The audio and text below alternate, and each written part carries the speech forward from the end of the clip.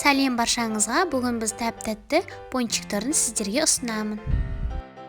Ең алдымен бір жұмыртқаны салып, содан соң 100 грамм сүйекер салып, жақсылап араластырып жібереміз.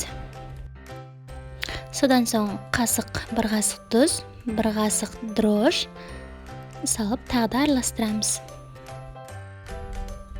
Бір стакан жылы сүт құямыз, және де ерітілген май саламыз.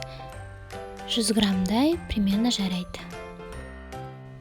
Содан соң қалауынша ұн салып, жұмсақ қамыр жасаймыз.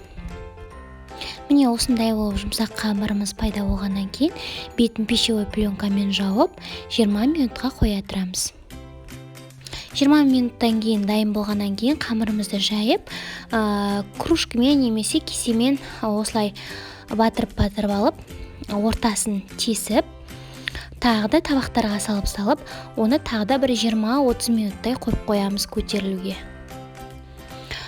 Табақтарға осылай әдемілеп пищевой пленкамен жауып қойып қойсаңыз, өте жұмсақ және де көтеріледі. Сосын қызып тұрған майға қуырып аламыз. Міндетті түрде пищевой пленкамен жабуға кеңес беремін, өйткені жұмсақ әрі үлпілдек болып пісетін болады.